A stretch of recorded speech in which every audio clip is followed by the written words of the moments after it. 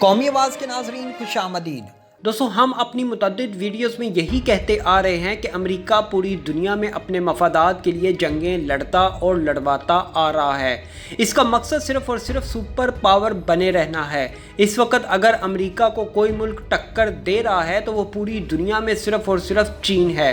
جی ہاں، امریکہ نے چین کو نکیل ڈالنے کے لیے بہت سے حربے استعمال کیے، لیکن ایک ایک کر کے چین نے وہ سب کے سب فلاپ کر دیے۔ دوستوں آج کی ویڈیو میں آپ کو بتائیں گے کہ کیسے پاکستان کے انکار کے بعد امریکہ دنیا کا خطرناک اور جنگ کی علامت سمجھے جانے والا بحری بیڑا پاکستان کے ارد گرد تعینات کرنے جا رہا ہے۔ جی ہاں، چین پاکستان کے ساتھ امریکہ نے جنگ کا طبل بجا دیا ہے۔ کیا ہے اس پورے معاملے کی تفصیل آپ کو بتائیں گے۔ کیسے اسرائیل کی شکست کا بدلہ لینے کے لیے امریکہ نے چین اور پاکستان کو سبق سکھانے کا فیصلہ کر لیا ہے۔ امریکہ جیسی سو کالڈ سپر پاور کو چین اور پاکستان کیسے روس کے ساتھ مل کر ٹکر دیں گے؟ کیا واقعی کوئی خطرناک جنگی ماحول بن سکتا ہے؟ آئیے ویڈیو کی انتہائی اہم معلومات کی طرف چلتے ہیں۔ دوستو ویڈیو کی تفصیل میں آگے بڑھنے سے قبل اگر آپ نے قومی آواز کو ابھی تک سبسکرائب نہیں کیا تو اسے سبسکرائب اور بیل آئیکن پر کلک ضرور کریں، کیونکہ یہ میری اور آپ کی نہیں بلکہ پوری قوم کی آواز ہے۔ دوستو امریکی وزیر دفاع جسے پینٹاگون امریکہ کی طاقتور ترین شخصیت سمجھا جاتا ہے، لائیڈ آسٹن نے متوقع طور پر ایشیا بحر الکاہل میں موجود جنگی جہازوں والے واحد بحری بیڑے کو مشرق وسطیٰ کی طرف لے جانے کی منظوری دے دی ہے۔ دوستو امریکی وزیر دفاع کا یہ بیان ایک ایسے وقت میں سامنے آیا ہے جب پاکستان اور امریکہ کے درمیان فضائی اڈے دینے اور نہ دینے کا شور شرابہ ہے۔ رپورٹ کے مطابق یوکوسوکا جاپان میں موجود USS رونلڈ ریگن نامی اس بحری بیڑے کو عام طور پر بحر الکاہل کے ارد گرد ہی تعینات کیا جاتا ہے۔ حکام کے مطابق تازہ ترین نقل و حرکت کا مقصد افغانستان سے امریکی فوجوں کے انخلا میں مدد فراہم کرنا ہے۔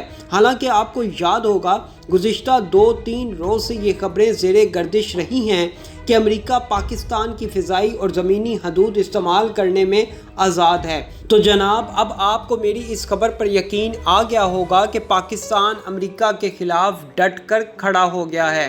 پاکستان اب کسی سے ڈرتا ورتا نہیں، چاہے وہ امریکہ جیسی سو کالڈ سپر پاور ہی کیوں نہ ہو۔ دوستو یہاں یہ بات قابل ذکر ہے کہ US بحری بیڑے کی بحر الکاہل سے نکل کر ایشیا کے سمندروں میں انٹری کے بعد بحر الکاہل میں کوئی امریکی بحری بیڑا موجود نہ ہوگا، لیکن امریکی بحری بیڑے کی بحر الکاہل میں جگہ لینے کے لیے دوسری طرف امریکہ کے اتحادی نیٹو ممالک کے برطانیہ نے اپنا بحری بیڑا بحر الکاہل میں روانہ کر دیا ہے۔ دوستو برطانیہ کے اس بحری بیڑے میں HMS کوئین الزبتھ ایئر کرافٹ کیریئر پر امریکہ کی سینکڑوں کشتیاں اور مرکزی میرین کور کے 10 F-35 طیارے موجود ہوں گے، جو اس وقت بحر الکاہل کی طرف سفر کر رہا ہے۔ مطلب آپ امریکہ اور اس کے اتحادی فورسز کے نیٹ ورک کو سمجھیں۔ ایک طرف جاپان سے امریکہ نے اپنی بحری بیڑا ایشیا میں تعینات کروانے کے لیے روانہ کر دیا ہے، تو دوسری طرف برطانوی بحری بیڑا امریکی بحری بیڑے کی جگہ لینے کے لیے پہنچ رہا ہے۔ مطلب دال میں کچھ کالا ضرور ہے۔ دوستو USNI نیوز کے مطابق سال 2003 کے بعد ایسا پہلی بار ہوگا جب جاپان میں موجود امریکہ کا اسٹرائک گروپ اور فضائی ونگ مشرق وسطیٰ سے کام کرے گا۔ اس وقت USS ہاک کو، جسے اب امریکہ کے کمیشن کیریئرز میں سے نکال دیا گیا ہے، خلیج فارس میں تعینات کیا گیا تھا تاکہ وہ عراق جنگ میں فضائی کارروائیوں میں مدد فراہم کر سکے۔ دوستو پینٹاگون نے بار بار کہا ہے کہ وہ سال 2018 کی نیشنل ڈیفنس اسٹریٹجی کے تحت اپنی توجہ ایشیا بحر الکاہل خطے پر مرکوز کر رہا ہے، جس سے واضح ہوتا ہے کہ چین اور روس کے ساتھ لڑائی اس کی پہلی ترجیح ہے۔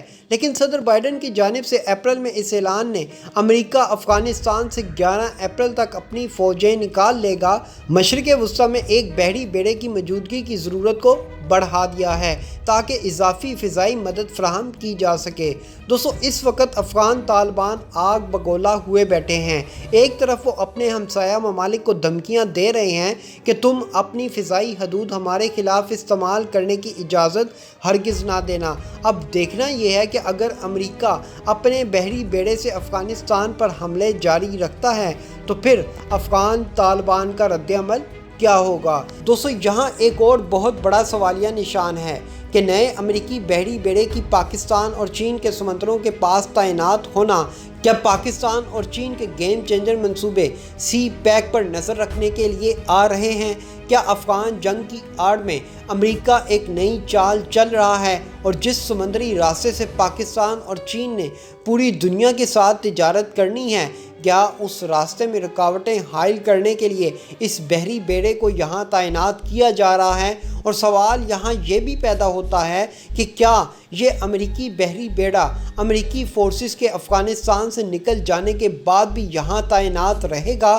مطلب گیم بہت بڑی ہے۔ دوستو پینٹاگون کے پریس سیکرٹری جان کربی نے اس مشن کی تصدیق سے یہ کہتے ہوئے گریز کیا کہ ادارہ بحری جہازوں کی نقل و حرکت کے بارے میں وقت سے پہلے بات نہیں کرتا۔ ان کے الفاظ ہیں، میں جس بات کا اضافہ کروں گا وہ صرف یہ ہے کہ وزیر دفاع اس بات کو یقینی بنانا چاہتے ہیں کہ جنرل آسٹن اسکاٹ ملر کے پاس درست آپشنز موجود ہوں تاکہ اس بات کو یقینی بنایا جا سکے کہ افغانستان سے انخلاء محفوظ اور منظم انداز میں اور سوچے سمجھے منصوبے کے ساتھ ہو رہا ہے۔